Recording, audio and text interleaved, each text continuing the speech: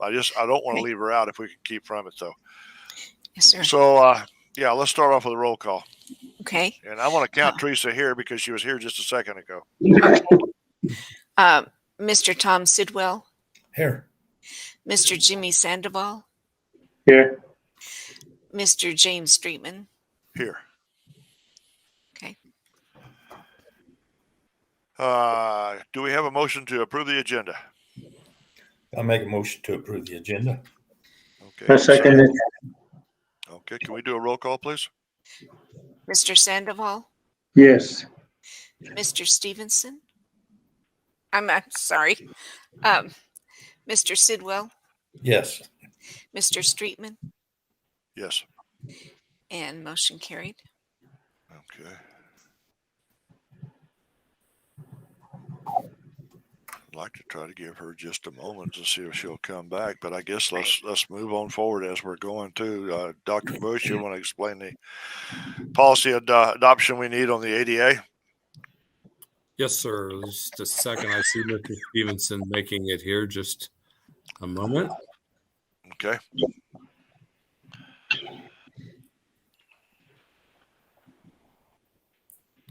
Mrs. Stevenson, can you shake your head if you can hear me? You can't hear me? Yes. I can hear you. I'm connected with my iPad, so I think I'll be okay. Very well. Okay. All right. Thank you.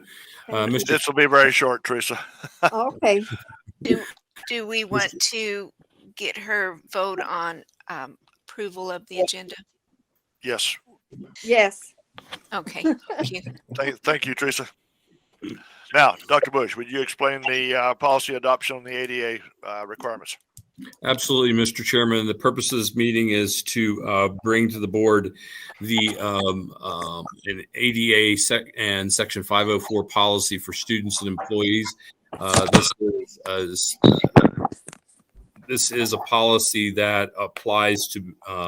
It's a combined policy that allows us to apply the ADA principles of the Americans with Disabilities Act, also Section 504, which is also related to disability.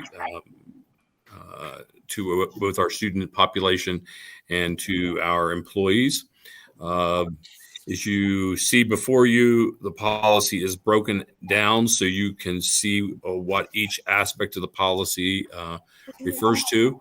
The purpose of the policy is to enable the college to have the pieces in place to deal with our students and our employees who have disabilities, and for us to be able to develop accommodations to allow those students and or employees to receive reasonable accommodations in order for them to attend school or to conduct the duties of their jobs.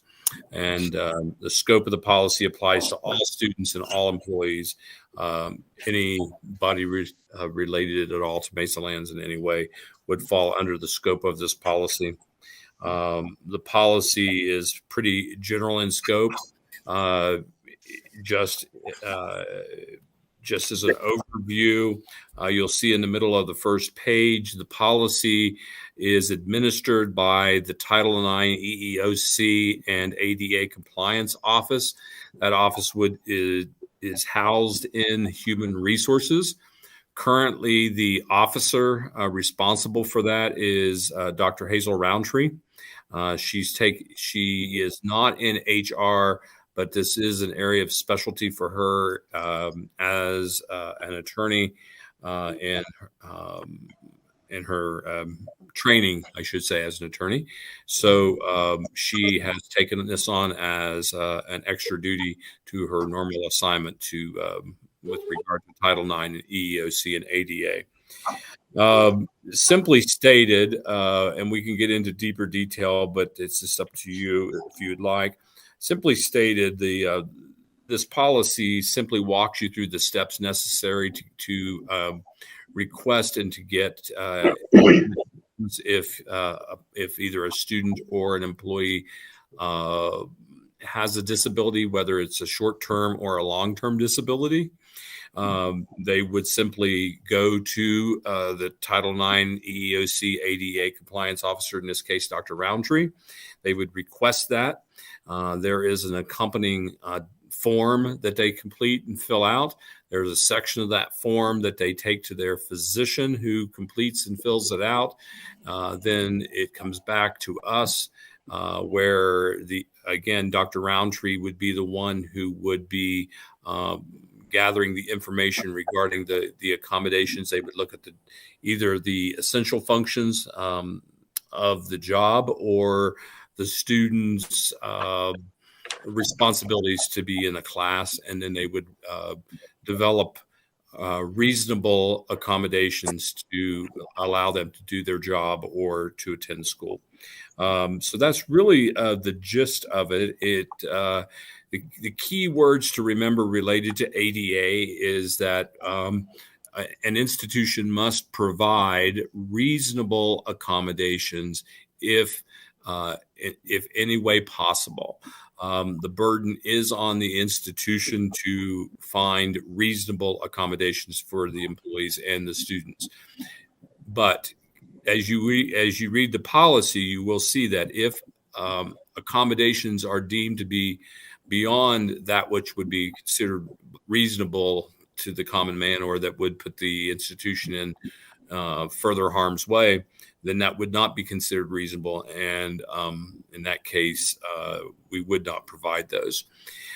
This policy also talks about the process of informing the compliance office, as well as the requirements of students to inform. It is incumbent upon the student to inform their professors that they have an accommodation.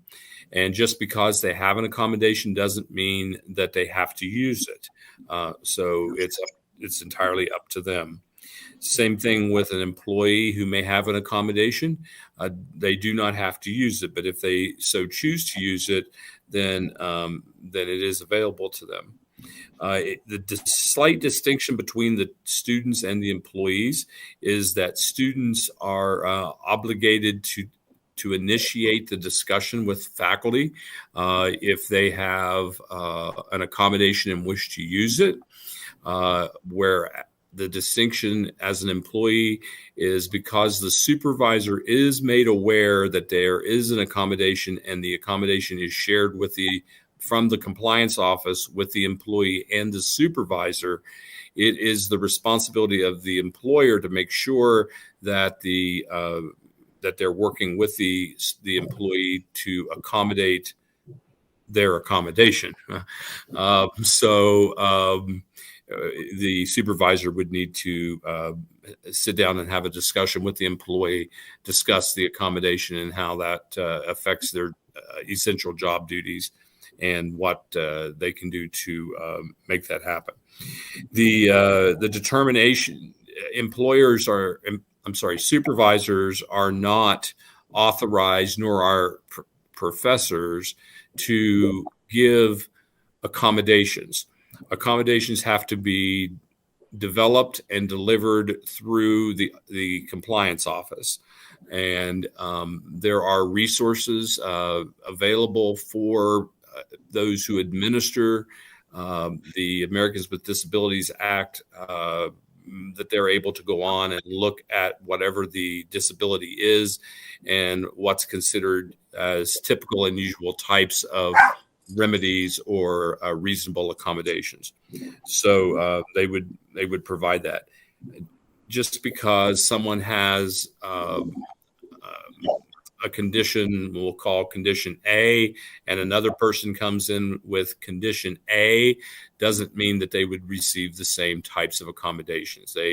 Accommodations are individualized, and they are prepared individually for the employee or the student. This policy also has stipulations regarding check-in and modifications. If the individual is, for example, on short-term accommodations, maybe they've had a broken leg, and their early accommodations is that they have to be on a wheelchair, but later they may be able to use crutches. Then that may change the status of some of their accommodations. So it is incumbent, however, upon the person with the disability, whether it's short-term, temporary, or long-term, to make sure that the compliance officer is aware of any changes. And if basically if the person with the disability does not notify the compliance officer of any changes, it is presumed that there is no change. So they have to bring that forward if there are changes, and it's the individual. Finally, within this policy, it also discusses the ramifications if the individual believes that there may be other conditions. For example, the compliance officer determines that the accommodations that the person believes that they need or what's recommended by a licensed health professional is not reasonable, and they deem it too much for the obligation of the institution. There are processes for them to file grievances on those and be able to settle those grievances, and there are steps built into our policy for that. So that's sort of the overview of the policy and how it works. And then what we would simply need from the board is your approval of the policy. And then the procedural aspect of the policy is not part of the scope of this. This is the policy itself. The procedural aspect is administrative. We would adapt and adopt the forms necessary to implement the policy that the board approves. So that's what we have at this point. Any questions? Yep. Okay, if there are no questions, do we have a motion? Nice one. I've got just one thing I want to bring up here, just kind of, Certainly. Go ahead, Tom. let's see. On page 3, under implementation of approved accommodations, Yes, sir. the last sentence says should review section 5 below. Yes. But none of these have sections, and so I'm just wondering if you need to put section 1, 2, 3, 4, 5 on these different headings.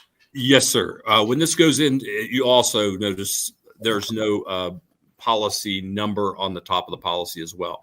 Okay. So when this all gets put into the policy manual, it'll be formatted to have those numbers added to it.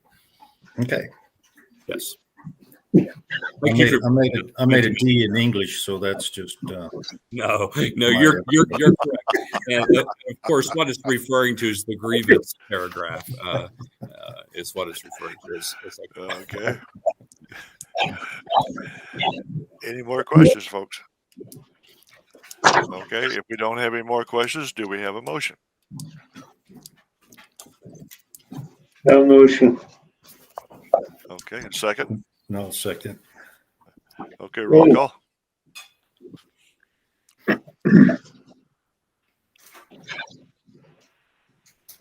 Believe you're Mr. muted, Street- Margaret. Yes, sorry. Mr. Streetman, Yes. Mr. Sandoval, Yes. Mr. Sidwell, Yes. and Ms. Stevenson. Ms. Stevenson. you said yes. Oh, okay. Thank you. And the motion carried. Okay. Dr. Bush, college service extensions. Can you just explain that to us? Yeah, Mr. Chairman, we're going to. This was put on the agenda at the time to give ample notice out. We thought we might have something to present for that tonight, but I think it'll be pushed off till the next regular meeting, so that can be skipped over for tonight. Okay. Very good. That being said, our next regular meeting will be Tuesday, March the 15th